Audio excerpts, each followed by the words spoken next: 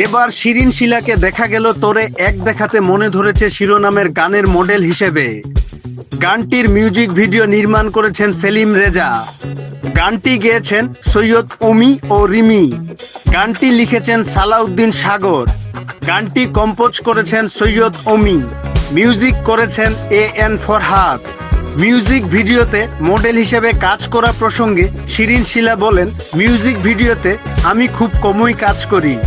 হিসেব করে দেখা হলে দেখা যাবে যে আসিফ ভাইয়ের 2টি গানে এবং জুবিন গার্গের একটি গানের মডেল হিসেবে কাজ করেছি। প্রতিটি গানই কিন্তু শ্রোতা দর্শকদের মধ্যে যেমন বেশ সাড়া ফেলেছে, ঠিক তেমনি মিউজিক ভিডিও বেশ ভালোভাবে দর্শক গ্রহণ করেছে।